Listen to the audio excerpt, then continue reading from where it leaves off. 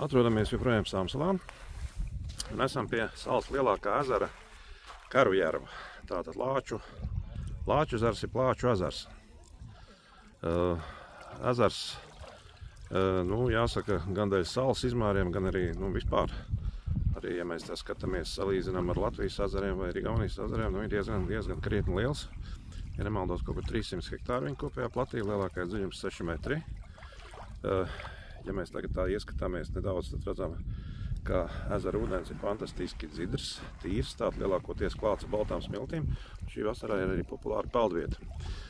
Par ezera rašanos ir tāda teika, ka šī tā vieta, kur kādreiz cīnījušies, esot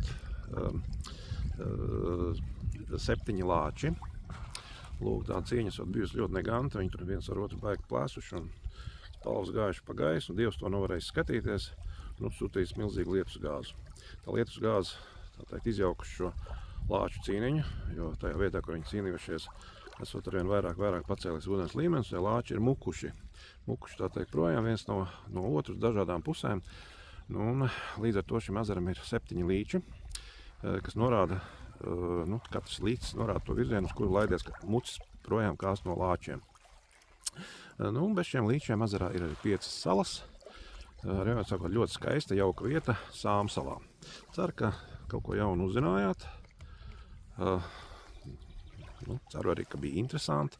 Jums kaut kādu teiku uzzināt par šejieni. Lūk, šāds ir šis te ezers. Tātad pašlaik ir aprīlis, vēl daba īsti nav modusies.